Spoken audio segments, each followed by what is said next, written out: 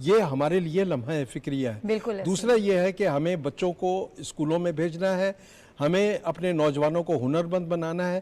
یہ وہ تمام اقدامات ہیں اور خاص طور جن پر پر جب ہم توجہ خواتین دے رہے کی ہیں. تعلیم کی, بچیوں کی تعلیم کی, ویمن امپاورمنٹ کی بات کرتے ہیں تو اس پر بہت زیادہ فوکس ہونا بھی چاہیے اور ہماری پرائیورٹی بھی ہے اس وقت. بالکل. صافی صاحب مجھے یہ بتائیے گا کہ ایک تو جو ہم محرکات کی بات کر رہے ہیں, کیا وجوہات ہیں, کیا محرکات ہیں جو حالیہ ہمیں یہ لہر نظر آ رہی ہے, اور پھر خاص طور پر بچیوں کے اسکول کو نشانہ بنانا, خواتین کو گھروں میں محصور کرنا, یہ کیا ایجنڈا ہے, اس سے میسج کیا دینے کی کوشش کی جا رہی ہے؟ میں آپ کی طرف آتی ہوں. ہمایوں خان صاحب نے ابھی ہمیں جوائن کیا ہے. بہت شکریہ ہمایوں خان صاحب آپ کا ہمیں جوائن کرنے کے لیے. جی صافی صاحب.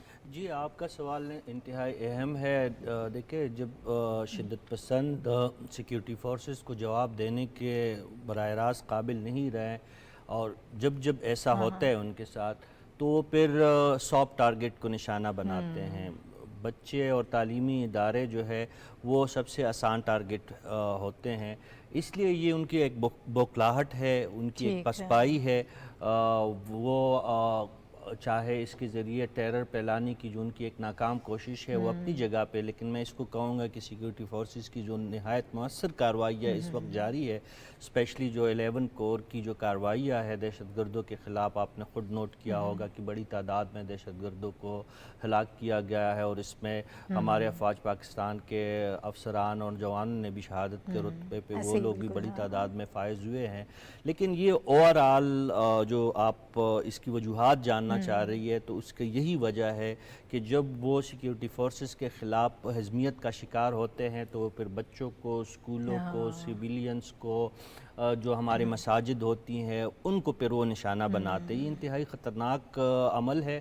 یقینی طور پر سیکیورٹی فورسز اس عمل کو دیکھ رہی ہوں گی اور اس کے لیے بھی اسٹریٹجی بن رہی ہے. نہ صرف وزیرستان بلکہ مرج ساتوں کے ساتھ اضلاع میں جو قبائلی علاقے تھے اب اضلاع بن گئے خیبر پختونخوا کے, ان سب میں خصوصی طور پر جو سافٹ ٹارگٹس ہیں, اسپیشلی اسکول, مساجد, بس اڈے, عوامی مقامات, سرکاری عمارات, تنصیبات, ان کو محفوظ بنانے کے لیے ایکسٹرا میجرمنٹ کیے جا رہے ہیں. یہ بات ہمارے علم میں آئی ہے, اور جو وہاں کی عسکری قیادت ہے, جو وہاں کی سول ایڈمنسٹریشن ہے, اس حوالے سے کافی ان کی ایفرٹس ہے.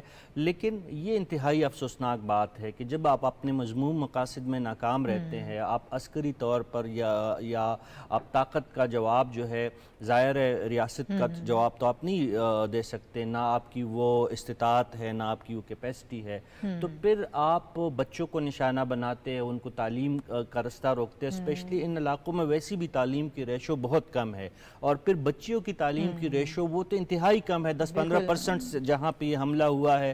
یہاں پہ اگر پہلے بڑی مشکل سے کنونس کر کے بچیوں کو اسکول تک لایا جاتا ہے, اور پھر جب اس قسم کا حملہ ہو جائے کتنا خوفزدہ ہو جاتے ہیں. جی ایگزیکٹلی. تو وہاں پہ پہلے سے ہمارے انتہائی شرمناک ریشو ہے تعلیم کے حوالے سے. حافظ صاحب نے بتایا کہ کروڑوں بچے ویسے بھی اوورآل عمومی طور پر پاکستان میں اسکولوں سے باہر ہے, اور پھر وزیرستان اور کرم ایجنسی, خیبر ایجنسی, مومن ایجنسی, باجوڑ اور اس قسم کے علاقوں میں تو اور بہت زیادہ سختیاں ہے. روایتی طور پہ جو وہاں کی جو غلط قبائلی رسومات ہے اس کی وجہ سے بھی ان بچیوں کو کافی مشکلات ہے. اب ان کی تعلیمی اداروں کو آپ تباہ و برباد کر رہے ہیں. تو یہ ایک منظم سوچ ہے کہ پاکستان کی جو ہماری نئی نسل ہے ان کو پسماندہ رکھنا ہے. ہماری جو آدھی آبادی ہے یعنی خواتین کو, ان کو امپاورمنٹ کی طرف نہیں لے کے جانا ہے, ان کے رستے میں ہر قسم کی رکاوٹ کھڑی کر دینی ہے. یہ تمام چیزیں ہیں, لیکن اس کے باوجود جو ہے ہمیں داد دینی پڑے گی وہاں کے عوام کو, اسپیشلی بچوں کو اور بچیوں کو, اور ان بچیوں کے والدین کو, کہ ان نامساعد حالات کے باوجود ان علاقوں میں کے اسکولوں میں خصوصاً لڑکیوں کے انرولمنٹ میں اضافہ ہوا ہے. اور رزمک اور ان علاقوں میں آپ جانتی ہے کہ کالج جیسے پریسٹیجیس ادارے جو ہے وہ پاکستان آرمی چلا رہی ہے, اور وہاں پہ بچوں کو اعلیٰ تعلیم دینے کے لیے مواقع پیدا کیے گئے ہیں. اور یہ رزمک اور میران شان ایسے علاقے ہیں جو دونوں وزیرستان کے حوالے سے وہاں کے تجارتی, ثقافتی, تعلیمی ہر لحاظ سے ہب یہ کہلاتے ہیں. اس وجہ سے دہشت گرد وہاں پہ زیادہ سرگرم ہے. لیکن مجھے یقین ہے کہ ماضی کی طرح ایک مرتبہ پھر اس لہر کو نہ صرف ختم کیا جائے گا بلکہ دہشت گردوں کے جو مضمون عزائم ہے وہ کبھی بھی پوری نہیں ہوں گے. ٹھیک ہے، اسی بات کو ہم مزید آگے بھی بڑھائیں گے کہ یہ کتنی تشویشناک اور خطرناک قسم کی اپروچ ہے جو اس وقت ہمیں نظر آ رہی ہے، اس پر بات کریں گے لیکن ایک بریک کے بعد۔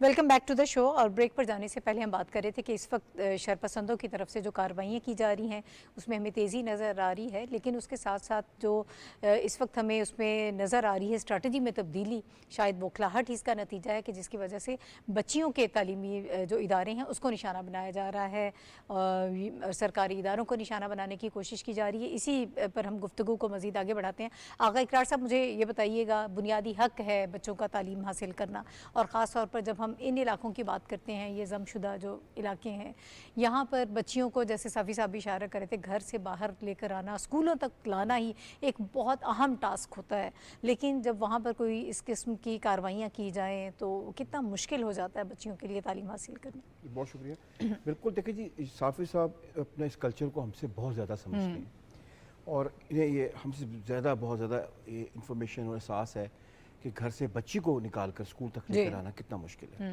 جہاں تک آپ گھبراہٹ کی بات کہہ رہی ہیں، میرا خیال ہے آئی تھنک ادروائز یہ بہت ٹارگیٹڈ، کیونکہ سنس کے یہ اسکول جو ہیں پاکستان آرمی نے اسٹیبلش کیے ہیں تھرو این جی اوز کو ساتھ میں لا کر ان کو سپورٹ دے کر، تو اس اسکول پہ یہ پہلا حملہ نہیں ہے۔ کچھ دن پہلے اسی اسکول میں انہوں نے جو اس کے جو سولر پینلز ہیں وہ توڑے تھے، جی بالکل، اور 9 مئی کو آپ کو یاد ہے ایک اور اسکول کو بمپ کیا گیا تھا۔ وہ ہر اسکول کو ٹارگٹ کر رہے ہیں جو جس پہ پاکستان آرمی نے کوئی انویسٹمنٹ کی ہوئی ہے سائیکولوجیکل بچوں کو تعلیم دینے کے لیے، تو یہ بڑا ٹارگیٹڈ ہے۔ ٹھیک ہے۔ اور سیکنڈلی، یہاں آنے سے پہلے میں تھوڑی سی انفارمیشن ویسے ہی کلیکٹ کر رہا تھا۔ میرا خیال یہ ہے کہ اس علاقے کے لوگوں کو اور اسکول کے لوگوں کو یہ پتہ ہے یہ کون لوگ ہیں، یہ کوئی چھپے ہوئے لوگ نہیں تھے۔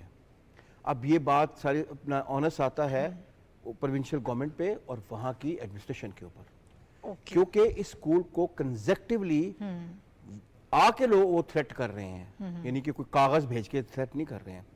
سو اب دیکھنا یہ ہے کہ پروونشل گورنمنٹ کتنی جلدی ایکشن لیتی ہے، کیونکہ اگر یہ ویو چل پڑی پھر یہ ویو وہی ہوگی جو 2005 یا 6 میں ہم نے سوات میں دیکھی، اور اس کے بعد ہم نے تھرو آؤٹ کے پی کے بہت سارے جگہوں پہ دیکھی۔ میں اس معاملے میں بڑا کلیئر ہوں کہ یہ سمبولک وار، جو وار ہے اب وہ سمبولک اس میں فیز میں چلی گئی ہے، کہ جس چیز جو ہے وہ پاکستان آرمی کی اونرشپ ہے، چاہے وہ یہ ملک ہو، چاہے وہ اپنا یعنی کہ انسٹالیشنز ہوں، چاہے سکولز ہوں، ان کو ٹارگٹ کیا جا رہا ہے، اور میسیج یہ دیا جا رہا ہے کہ وی آر ہیئر۔ تو اب یہ ساری کی ساری ذمہ داری بنتی ہے پروونشل گورنمنٹ کی کہ وہ انہوں نے 9 مئی سے لے کر آج تک میرے خیال میں 3 اسکولوں کے اوپر اٹیک ہو چکا ہے، حالیہ کچھ عرصے میں ایسے ہی ہوا۔ تو دیکھنا یہ ہے کہ 9 مئی کا اٹیک کیوں ہوا تھا۔ 9 مئی ایک سمبل ہے پاکستان میں بلیک ڈے کا۔ 9 مئی وہی دن ہے جن پاکستان کے دشمنوں نے پاکستان آرمی کی انسٹالیشن پر اٹیک کیا تھا 2023 میں، اور 9 مئی کو ایک اور اسکول کے اوپر کو بمپ کیا جاتا ہے۔ تو آپ کی سملیرٹیز آپ کے سامنے ہیں کہ ٹارگٹ جو ہے وہ بیسکلی ایک سمبل کے طور پہ ان چیزوں کو استعمال کیا جاتا ہے، ٹارگٹ ان کا ایک ہی ہے۔ ٹھیک ہے ہمایوں صاحب، ایک سافٹ ٹارگٹ جو ہے وہ اس وقت ہمیں نظر آ رہا ہے، اور پھر جس سمبولک ویلیو کی بات کر رہے ہیں آقا اقرار صاحب کہ اس کے ذریعے جو میسیج دینے کی کوشش کی جا رہی ہے، آپ اس میں کچھ ایڈ کرنا چاہیں گے؟ ایسی ہی ہے سچویشن یا کیا مائنڈ سیٹ ہے؟ کیوں تعلیمی اداروں کو اور خاص طور پر بچیوں کے اسکولوں کو کیوں نشانہ بنایا جا رہا ہے؟ جی تھینک یو ناہید۔ بیسکلی اس کے 2 مین اینگل ہیں جس سے ہمیں دیکھنا چاہیے۔ ایک تو یہ کہ جو رشید صاحب نے جس طرح کہا کہ جو فارمر فاٹا کے جو مرج اضلاع ہیں، اور جو ہماری ایک رپورٹ ہے ٹیررزم پورٹل کے اوپر جو آئی ہے، وہ یہ ہے کہ 2000 سے لے کے 2018 یا 20 تک جو ہے تقریباً 21 سے 22 ہزار کے قریب جو ہے ہمارے عام شہری شہید ہوئے ہیں دہشت گردی کی اس جنگ میں۔ اور اس کے علاوہ ابھی تک جب ہم وار آن ٹیرر کا حصہ بنے تو ہم 1 لاکھ سے زیادہ کی جانیں، اور اب تو فگر بھی بہت سارے وہ جو ہیں فج ہو چکے ہیں، بہت زیادہ ہو چکی ہیں، اکنامک لاسز اس سے زیادہ ہیں۔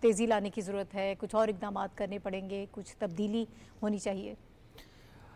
دیکھیے ناہید، یہ جو دہشت گردی کی نئی لہر ہے اس کی جڑیں بہت گہری ہے اور اس کا ایجنڈا بھی بہت وسیع ہے. جس طرح پاکستان کافی مدت سے دنیا کو یہ باور کروانے کی کوشش کروا رہا تھا کہ یہ ٹی ٹی پی اور آئی ایس کے پی کے لوگ جو ہے یہ ایک منظم طریقے سے اور ایک عالمی ایجنڈے کے تحت پاکستان کی جو حالت امن ہے اس کو تہ و بالا کرنے کی سازش میں مصروف ہے. وہ تو اچھا ہے کہ دنیا کے کچھ ممالک اب اس بات پہ قائل ہو چکے ہیں، لیکن اگر کوئی قائل نہیں ہے تو بدقسمتی سے ہمارے پڑوسی اور دوست ملک افغانستان ہے وہ اس بات پہ قائل نہیں ہو پا رہا، اور دہشت گردوں کو افغانستان کی طرف سے کافی مدد مل رہی ہے. یہی وجہ ہے کہ ہم دیکھ رہے ہیں کہ گزشتہ 2 ہفتوں پہ اسپیشلی 11 کور کا میں نے پہلے بھی ذکر کیا کہ ان کی سطح پہ بہت وسیع پیمانے پر سرچ آپریشنز اور ٹارگیٹڈ آپریشنز ہو رہے ہیں.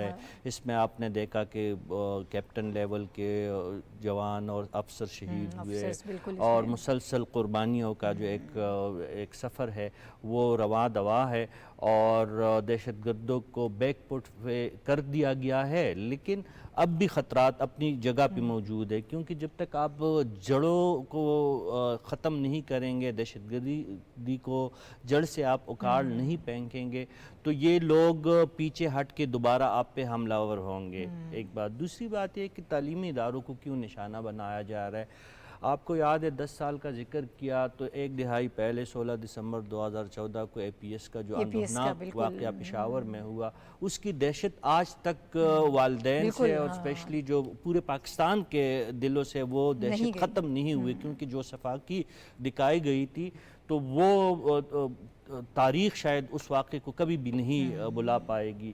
یہ وہی لوگ ہیں، ان کا ایجنڈا وہی ہے. اے پی ایس سے ان لوگوں کا جو ہے یہ جا کے ہاربر ہوئے تھے، ان کے جو ٹھکانے بنے تھے افغانستان میں، آج وہ اس قابل دوبارہ ہوئے ہیں. یہ ان 10 سالوں میں ان کی آنے کی ضرورت نہیں ہوئی تھی، لیکن چونکہ پاکستان نے دوستی کے ناطے اور افغانستان سے اچھے تعلقات کے ناطے 2 سال پہلے ان کے ساتھ کافی نرمی کی. کچھ ہماری جو ماضی کی سیکیورٹی پالیسیوں کے نتیجے میں دہشت گردوں کی بڑے پیمانے پہ پاکستان کی آمد کے رستے کھولے گئے تھے، ماضی کی میں بات کر رہا ہوں، اس کے نتیجے میں اب وہ لوگ دوبارہ منظم ہو رہے ہیں اور یہ کارروائیاں کر رہے ہیں. اور آپ کو یہ بھی علم ہے کہ یہ جو علاقہ ہے وزیرستان ساؤتھ اور نارتھ دونوں، اور اسپیشلی میں اگر کرم ایجنسی کو بھی اس میں ملا لوں، یہ انتہائی اسٹریٹجکلی بہت اہم ہے. یہاں پہ غلام خان چیک پوسٹ ہے، یہاں پہ انگور اڈا ہے، یہاں پہ جو ہمارے ازبکستان کے ساتھ اور سنٹرل ایشیا کے ساتھ کنیکٹیویٹی کا ایک بہت بڑا منصوبہ ہے، وہ یہاں پہ اب اس کے لیے پریپریشن ہو رہی ہے. پہلے انہوں نے پشاور اور خیبر ایجنسی کے ذریعے آنا تھا، لیکن اب ازبکستان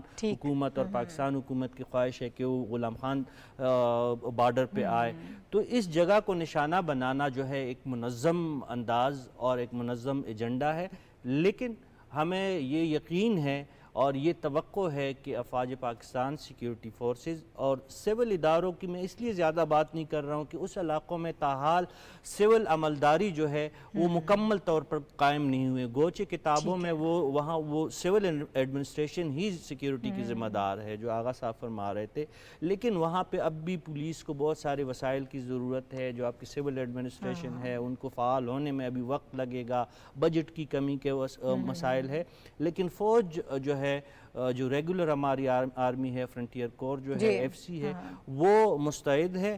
اور یہ جو واقعات ہو رہے ہیں کہ اسکولوں پہ حملے ہو رہے ہیں، تو یہ ان کی، میں ایک مرتبہ پھر کہہ دیتا ہوں کہ یہ ان کی بکھلاہٹ اور ان کے پیچھے ہٹنے کی نشانی ہے کہ جب وہ فوج کو کچھ نقصان نہیں پہنچا سکتے تو وہ پھر سافٹ ٹارگٹ کو نشانہ بناتے ہیں. اقرار صاحب، صافی صاحب نے اے پی ایس 2014 کا جو بڑا ایک المناک واقعہ یاد کرا دیا ہے، اور 10 سال بعد ہمیں پھر وہی کارروائیاں جو ہیں نظر آ رہی ہیں. اپنے آپ کو آرگنائز کیا گیا ہے، چاہے وہ کھلاہٹ کہیں، چاہے خوف کہیں، کچھ بھی کہیں، لیکن یہ بہت خطرناک قسم کی کارروائیاں کی جا رہی ہیں. یہ ہم افورڈ نہیں کر سکتے ہیں کہ اس طرح کی کارروائیاں ہوں، بچوں کے اسکولوں پر حملے کیے جائیں.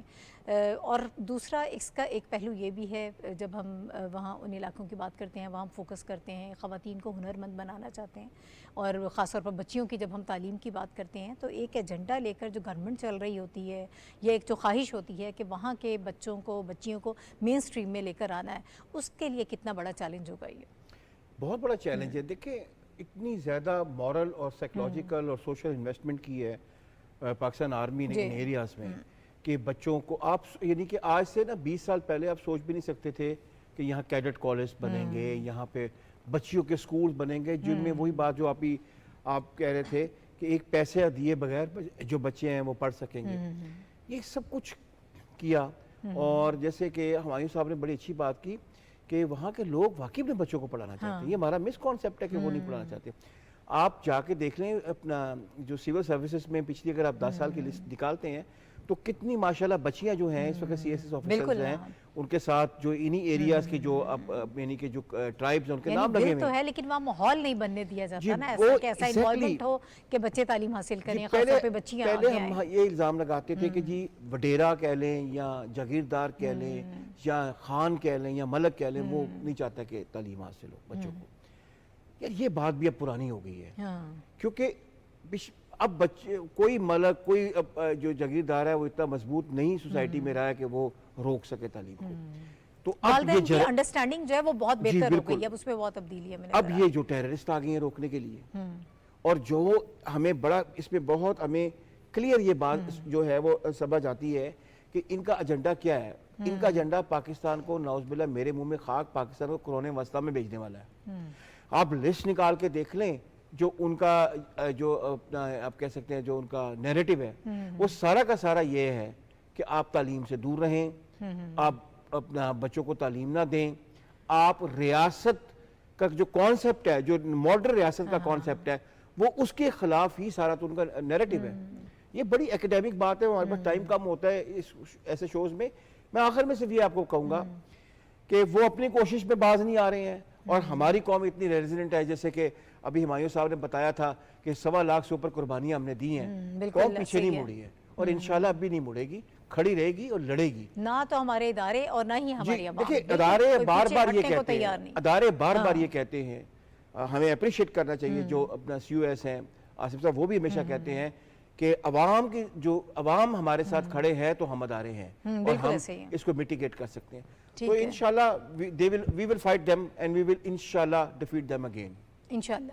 ابھی مائنڈ سیٹ کے حوالے سے مجھے بات کرنی ہے، لیکن میں جب ہم سارے اپنے سیکیورٹی اداروں کی بات کریں، عوام کی بات کریں، اسپیسیفکلی وہاں کے رہنے والے لوگوں کی جو ہمت ہے، عزم ہے، اس کی بات کرنا بھی ضروری ہے، اس کو بھی اپریشیٹ کرنا بہت ضروری ہے کہ ان حالات میں بھی آپ اپنے بچوں کو اسکولز بھیجتے ہیں، اپنی بچیوں کو بھیجتے ہیں کہ وہ تعلیم حاصل کریں. یقیناً یہ قابل ستائش ہے. خدا نہ خواستہ کوئی ایسا واقعہ ہو جائے تو بینگ اے پیرنٹ آپ کتنے پریشان ہو جاتے ہیں، کتنی تشویش ہوتی ہے کہ آپ اگلے دن اپنے بچے کو اسکول نہیں بھیجنا چاہتے. آپ دیکھیں اسی خطے کے اندر سے ہماری نوبل پیس پرائز ونر بھی نکلی ہے تعلیم کے معاملے کے اوپر ہی. ملالہ کی میں بات کروں اور پوری دنیا میں جو ہے نا عورتوں کی تعلیم کے اوپر انہوں نے جو کیا. مجھے جو ہے نا جب یہ عورتوں کی تعلیم کے اوپر بڑا ایک مشہور کال ہے نیپولین کا کہ گیو می ایجوکیٹڈ ویمن اور and I will give you a civilised educated nation. اب ہم یہی پوری بحث کر رہے تھے کہ عورتوں کے اسکولوں پہ یا بچیوں کے اسکولوں پہ کیوں ہے کہ وہ نہیں چاہتے کہ ہماری پاپولیشن کا 50%. اور پھر اس خطے کو اگر آپ دیکھ لیں جس کا جو فارمر فیڈرل جو فاٹا کے علاقے ہیں یہاں پہ ابھی آغا صاحب نے کہا لوگ جانا چاہتے ہیں. انہوں نے پچھلے 10 سالوں میں ثابت کیا کہ باوجود اس کے کہ ہم پہ جو ہے اے پی ایس کے اٹیک ہوئے ہم پہ بچوں کے اسکولوں پہ بچیوں کے اسکولوں پہ لیکن وہاں کی قوم بڑی ریزیلینٹ ہے اور وہ ابھی بھی وہ اس سے نہیں گھبرانے والے. آپ یہ جو ہے نا اس قسم کے جو بزدلانہ واقعات ہیں یہ ہوتے رہیں گے لیکن وہاں کی جو لوگ ہیں وہ اس سے پیچھے نہیں ہٹیں گے اور وہ کھڑے ہیں آپ اپنی فوج کے ساتھ اور اپنی گورنمنٹ کے ساتھ. اور بیسکلی یہی وجہ ہے کہ دنیا کے اندر جو چند ایگزامپلز دی جاتی ہیں دہشت گردی کے خلاف جو جنگ جیتی گئی ہے بہت سی جگہوں پہ اس میں ہمارا سوات آپریشن ایک بہت جگہوں پہ کوٹ ہوتا ہے بلکہ پڑھایا جاتا ہے دنیا کی یونیورسٹیز میں. اور ریزن کیا تھی کہ آپ کی قوم کھڑی ہے آپ کی فوج کے پیچھے جو اس دہشت گردی کے خلاف اپنی جانیں دے رہے ہیں. تو میرا خیال ہے یہ میسج بھی ہے وہاں کی عوام کا اور ہماری جو سول اور ملٹری لیڈرشپ ہے کہ یہ ان بزدلانہ چیزوں سے ہم ڈرنے والے نہیں ہیں. لیکن پھر اب اگلے اس ٹاپک بھی اوپر بھی ہم آئیں گے کہ اس کے ریزنز کیا ہیں لیکن ہمیں خراج تحسین پیش کرنا چاہیے وہاں کی عوام کا فارمر فاٹا کے علاقے کے اور یہ ڈرنے والے نہیں. اچھا مجھے اگلے ٹاپک کی طرف جانا ہے لیکن اگر مجھے اجازت دیں صافی صاحب یہ ذرا مختصراً ہم بات کر لیتے ہیں. ہم نے دیکھا کہ افغانستان میں وہ کابل کے سقوط کابل کے بعد جو ہمیں صورتحال نظر آئی، افغان طالبان بھی اگینسٹ تھے خواتین کی تعلیم کے لیے یا خواتین کے لیے ابھی بھی، اور بیرونی دنیا کا پریشر رہا، لیکن اس کے باوجود وہ جو ہمیں بہانے اور جو سب چیزیں نظر آتی رہیں، اور اب پاکستان میں بھی اگر اسی قسم کی قوتیں سرگرم ہیں تو پھر آپس میں ایک تعلق بنتا ہے، ذہنی ہم آہنگی نظر آتی ہے، اور وہی قوتیں ہمیں یہاں پر نظر آ رہی ہیں۔ آپ نے بہت اہم بات کی نشاندہی کر دی ہے، اور یہی شاید بنیادی وجہ ہے کہ ان لوگوں کو شے بھی ملتی ہے، ان کو سپورٹ بھی ملتی ہے، اور ہم تو آپ کے اس پروگرام میں کئی مرتبہ کہہ چکے ہیں، اور یہ اب ریاست پاکستان کا بھی یہ بیانیہ ہے، بلکہ حقائق پہ مبنی ان کی جو ایک سٹانس ہے کہ افغان طالبان اور پاکستان کے جو میں سرگرم جو گروہ ہے ٹی ٹی پی وغیرہ، یہ ایک سکے کے دو رخ ہیں، ان کی آئیڈیالوجی ایک ہے۔ اب فال آف کابل کے بعد دیکھ لیجئے کہ دنیا کے لاکھ کہنے پہ اور دنیا کے ساتھ لاکھ وعدے کرنے کے باوجود وہاں پہ خواتین جو ہے ان پہ نہ صرف تعلیمی اداروں کے دروازے بند ہے بلکہ وہ گھروں میں مقید ہے۔ یہ جو ان کے جو گماشتے ہیں، جو ان کے کارندے ہیں، جو پاکستان میں سرگرم ہے، یہ بھی اسی ایجنڈے پہ عمل پیرا ہے، لیکن پاکستان کی عوام، جس طرح معین صاحب اور آغا صاحب فرما رہے تھے، پاکستان کے عوام ان کے یہ عزائم کبھی بھی پورا نہیں ہونے دیں گے۔ افواج پاکستان بھی اس میں جو ہے سرگرم ہے۔ ہمیں یقین ہے کہ ان لوگوں کو جس طرح عسکری میدان میں ہم نے مات دی ہے، ہم ان کو سماجی میدان میں بھی انشاءاللہ زیر کریں گے، اور ان کے یہ ناپاک عزائم کبھی بھی تکمیل تک نہیں پہنچیں گے۔ ٹھیک ہے، مختصراً اگر اس پہ ایک اور جو ایک نئی پیش رفت جو سامنے نظر آ رہی ہے وہ پارلیمنٹ کی جانب سے ہے۔ دیکھیں سینٹ میں ایک ایجوکیشن کوکس قائم کیا گیا ہے اسپیشلی اس کام کے لیے کہ ہم پسماندہ علاقوں، خاص طور پر وہ علاقے جو کبھی فاٹا کے پاس تھے اور اب وہ گورنمنٹ آف کے پی کے پاس ہیں، تو وہاں پر ایجوکیشن کو عام کرنے کے لیے، ایجوکیشن کو مضبوط کرنے کے لیے ایک نیشنل کنسنسس پیدا کریں، پارلیمنٹ جو ہے اس کے پیچھے کھڑی ہو، اور ان کو وہاں پر بجٹ سازی میں بھی ہمیں ایسے اقدامات تجویز کریں تاکہ ان کو وسائل بھی مہیا ہوں، اور ایک نیشنل کنسنسس کے ذریعے یہ مربوط طریقے سے ہم تعلیمی ایجنڈے کو قبائلی علاقوں میں، سابقہ قبائلی علاقوں میں نافذ کر سکیں۔ ٹھیک ہے، اب مجھے آگے بڑھنا ہے، کچھ اور بھی ہمارے پاس ایک اور بڑا اہم ٹاپک ہے جس کے حوالے سے بات کرنی ہے۔ دہشت گردی کی وجہ سے ہم نے بات کی کہ کتنا ہمارا نقصان ہوا، معاشی طور پر ہم نے جتنا نقصان اٹھایا ہے اسے بھی انکار نہیں کیا جا سکتا، وہ بھی ایک بڑا پریشر ہمارے اوپر رہا ہے، اور اس کے بعد جو ساری صورتحال رہی، جو اکنامک کرائسس رہا ہے، ہم سب اسے واقف ہیں۔ ابھی چونکہ بجٹ کی تیاری ہو رہی ہے اور وہ آخری مراحل میں ہے، ایکسپیکٹڈ ہے کہ جون کے پہلے ہفتے میں 7 یا 8 تاریخ تک بجٹ جو ہے وہ پیش کر دیا جائے گا۔ اس کے حوالے سے ہم بات کریں گے۔ پچھلے 2 سالوں میں ہم نے دیکھا کہ بہت زیادہ ہمیں دباؤ نظر آیا، بہت مشکلات آڑے آتی رہیں جب بجٹ بنتا رہا۔ کیا اس مرتبہ کا جو بجٹ ہے ہم کسی حد تک کمفرٹیبل اس میں ہوئے ہیں؟ کیا عوام کے لیے کچھ اس میں ہم ایسے اقدامات کر سکتے ہیں کہ ان کو اس سے فائدہ ہو؟ اس وقت ہم کہاں سٹینڈ کر رہے ہیں، اس کے حوالے سے بات کریں گے، کیونکہ اکنامیکلی صورتحال ہمیں کسی حد تک مختلف نظر آ رہی ہے۔ اس وقت جو ہم SIFC کے تحت انویسٹمنٹ کی بات کر رہے ہیں، دوست ممالک یہاں پاکستان میں انویسٹ کر رہے ہیں، اس کے علاوہ ابھی ایک جو چائنا کا وزٹ بھی ایکسپیکٹ کیا جا رہا ہے وزیر اعظم صاحب کی جانب سے، سعودیہ کے ساتھ بھی جو تعلقات ہیں، یہ ساری چیزیں جو ہیں یہ کتنی امپورٹنٹ ہوگی اس بجٹ کی تیاری میں، اس کے حوالے سے بات کریں گے۔ میں چاہتی ہوں کہ ہمایوں خان صاحب کی طرف سے ہم سٹارٹ کر لے لیتے ہیں۔ ہمایوں خان صاحب ذرا مجھے اس کے حوالے سے بتائیے گا، اگر پچھلے 2 سال کا تھوڑا سا کمپیریزن ہم کریں، کچھ ہم کمفرٹیبل لگ رہے ہیں اس مرتبہ؟ دیکھیں اس کو شروع اس آرگیومنٹ کو اس چیز سے کریں کہ گورنمنٹ نے جہاں سے یہ بیڑا اٹھایا ہے ایک انتہائی اپ ہل ٹاسک ہے، اور ہمارے جو مسائل ہیں وہ بڑے ہی ناگزیر ہو چکے ہیں، اور آبادی کا بڑھنا، پھر دہشت گردی کا ہم ذکر کر چکے ہیں، اس کے علاوہ کلائمیٹ چینج کی وجہ سے، تو ہم ایک کمپاؤنڈ اس کو جو ہے نا کرائسس کے اندر سے گزر رہے ہیں۔ اس میں گورنمنٹ نے آتے ہی جو اچھی foreign policy, domestic economic policy, اور پھر جو اپنے دوستوں کے ساتھ اور انٹرنیشنل فائنینشیل انسٹیٹیوشن کے ساتھ گفتگو کی، اس میں SIFC کا بھی بڑا اہم رول رہا، لیکن اوورآل گورنمنٹ کی پالیسیز جو تھیں وہ بڑی اسٹریٹ فارورڈ تھیں کہ ہم نے کسی طرح ریلیف دینا ہے اپنی عوام کو۔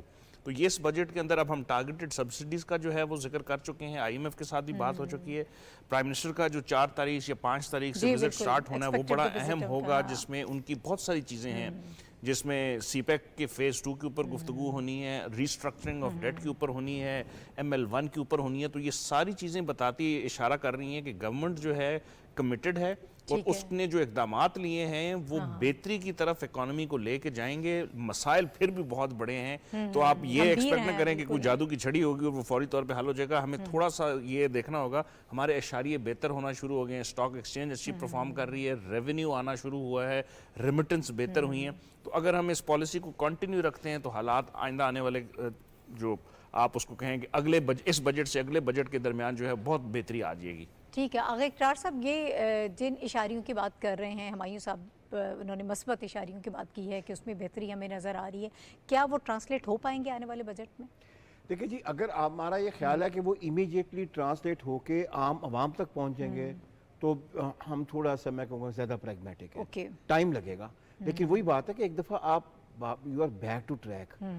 ہم جو اترے تھے, جس میں پہلے 42 مہینے میں جو تباہی ہوئی ہے پاکستان کے فارن افیئرس کی, اور اس کے بعد یہ جتنی بھی باتیں یہ ML1 کی انہوں نے بات کی, یہ زیادہ بہتر اچھی طرح بتا سکتے ہیں کہ اگر میں غلط نہیں تو ML1 تو ہماری شروع ہو جانے چاہیے تھی 2021 میں. جو پروجیکٹ 2021 میں شروع ہو جانا چاہیے تھا وہ اس پہ آج نیگوسیشن ہو رہی ہے. کیوں کہ PTI نے وہ تمام کا تمام جو تھا اپنا CPEC اس کو اس سے بند کر کے رکھ دیا تھا. ایون ML1 کے اوپر مجھے اچھی طرح یاد ہے کہ سخت قسم کی سٹیٹمنٹ آئی تھی ایون چائنا کی طرف سے بھی, کیونکہ ML1 کے اوپر PTI کا ہر منسٹر اٹھ کے الزامات لگا رہا تھا بغیر کسی وجہ کے. تو اس سے یہ ہوا کہ جو انویسٹر تھا اس نے کہا کہ یار ہم پاکستان کی مدد کر رہے ہیں, ہم پاکستان میں تب جا رہے ہیں جب پاکستان میں آنے کو تیار کوئی نہیں ہے, اور پھر ہم الزامات بھی سنیں, کیونکہ ہر الزام کے اوپر انویسٹر کو اپنی حکومت اور اپنے عوام کے آگے جواب دینا ہونا پڑتا ہے. اتنا کچھ پاکستان اس تہارے فیز سے نکل کے الحمدللہ آج اس جگہ پہ آ گیا کہ پھر ہمایوں صاحب ہمیں یہ خوشخبری دے رہے ہیں کہ ML1 is going to be start. ML1 مذاق نہیں ہے. ML1 اگر بن جاتی ہے تو اوپر سے آ رہی ہے آپ کی ٹرانس اخوان کوریڈور اپنا جس کو کہہ رہے ہیں, وہ شروع ہو رہی ہے جناب قزاقستان سے, coming to Uzbekistan, entering into Afghanistan and then connecting to Pakistan Torkham کے اوپر, اور پھر وہ جاتی ہے سیدھی آپ کی وہاں پہ آپ کیسے سمندر کے اوپر. یہ دنیا کا بہت بڑا ٹرانس ریلوے جو ہے اپنا لائن ہوگی, پرووائڈڈ کہ ML1 انشاءاللہ شروع ہو جائے, اور اس کی آپ کو بینیفٹ دیکھیے گا کیوں نہیں آئیں گے. صافی صاحب, اگر آپ مجھے ایک کمپیریزن دے پائیں پچھلے بجٹ کی, اگر ہم بات کرتے ہیں 1-2 بجٹ کی, تو PDM کی حکومت تھی, بڑا مشکل وہ سارے معاملات رہے اور چیلنجز بہت زیادہ رہے, کیسے دیکھتے ہیں آپ اس مرتبہ جو بجٹ ہے؟ ناہید, عموماً میں ان موضوعات پہ زیادہ بات کرنا نہیں پسند کرتا, لیکن اب آپ نے سوال ہی ایسا پوچھا ہے کہ 2018 سے لے کر 2021 تک پاکستان کی معیشت اور معاشرت کو جس ارقریزی سے تباہ اور برباد کرنے کی کوشش کی گئی تھی, اس کا خمیازہ پھر ہم نے 22 اور 23 میں دیکھا تھا, جو آپ 2 سال کی پچھلے 2 سالوں کی آپ دیکھ رہے ہیں. بالکل ایک منظم طریقے سے, اب میں کسی پہ نہ مجھے یہ حق ہے کہ میں کسی کی نیت پہ یا کسی کو میں کوئی سرٹیفکیٹ دے دوں, لیکن جو حالات اور واقعات اور ہمیں جو اعداد و شمار ہمارے سامنے موجود ہے اس کے مطابق ان 3-4 سالوں میں پاکستان کی معیشت کا پٹا بٹا دیا گیا تھا. ہم اس قابل ہی نہیں تھے. ہم تو کیا, اس وقت کے حکمران خود کہہ رہے تھے کہ ہمارا ملک خدا نخواستہ ڈوب گیا ہے. وہاں اس وقت کے وزراء, اہم وزراء دعائیہ دیتے رہے کہ خدا نخواستہ پاکستان سری لنکا بن چکا ہے, حالانکہ سری لنکا دوبارہ سروائیو کر کے اپنے اس معیشت کو جو ہے اس کی بحالی کا عمل وہاں پہ جاری ہے. لیکن اس وقت وہ اتنا گھبرا گئے تھے. جب آپ کا سلطنت کا, آپ کے ریاست کا سربراہ خود کا ہے کہ میری ریاست اور میری معیشت ڈوب رہی ہے, تو کون سا پاگل اور کون سا بیوقوف انویسٹر ہوگا جو آ کے آپ کے ساتھ انویسٹمنٹ کرنے کے لیے تیار ہوگا؟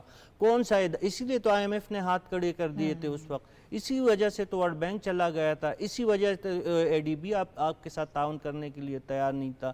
سعودی عرب اور باقی جو آپ کے دوست ممالک تھے انہوں نے بھی کہا کہ پہلے عالمی اداروں کے ساتھ اپنے معاملات درست کرے تو پھر ہم آئیں گے.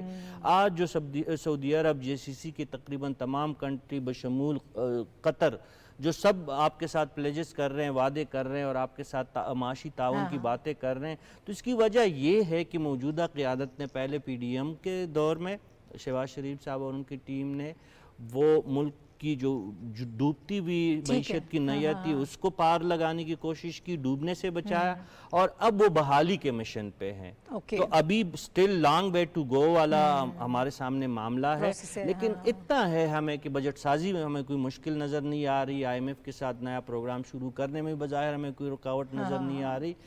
17% تک مہنگائی الحمدللہ کم ہوئی ہے, اور حکومت کا دعویٰ ہے کہ مزید بھی کم ہوگی.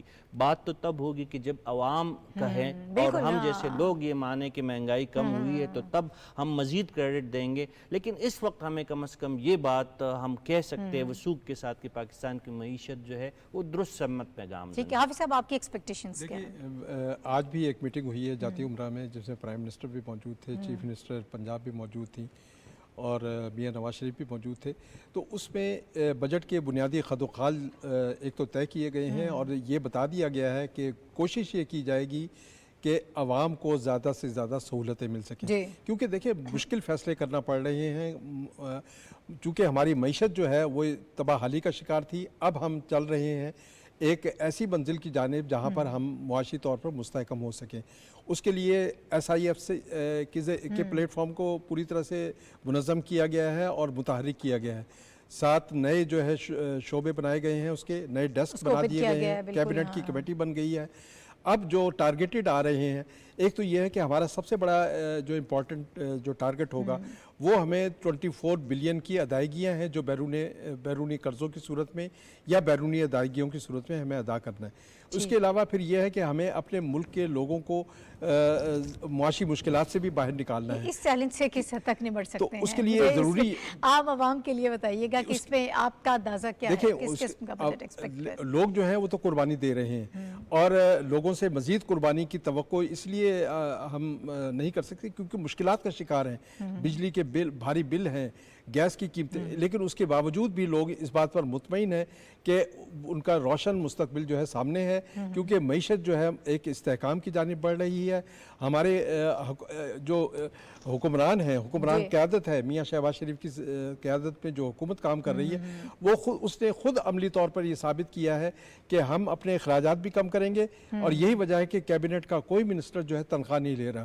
اور ہم عملی طور پر یہ ثابت کر رہے ہیں کہ پاکستان میں جو معاشی استحکام ہے اور معاشی اقدامات جو کیے جا رہے ہیں اس کے نتیجے میں معاشی طور پر پاکستان مستحکم ہوگا اور لوگوں کو زیادہ اور یہ سہولتیں معاشی مل اشاریے جس وقت ہمیں بہتری کی جانب نظر آ رہے ہیں, یہ کس حد تک ٹرانسلیٹ ہو پائیں گے, اس کا ریفلیکشن ہمیں بجٹ میں کس حد تک نظر آئے گا, یہ تو ایگزیکٹلی اسی وقت پتہ چلے گا جب بجٹ پیش کیا جائے گا. میرے ساتھ حافظ طاہر خلیل صاحب موجود تھے, رشید صافی صاحب موجود تھے, آغا اقرار ہارون صاحب نے ہمیں جوائن کیا, تو رمایوں خان صاحب ہمیں جوائن کر رہے تھے.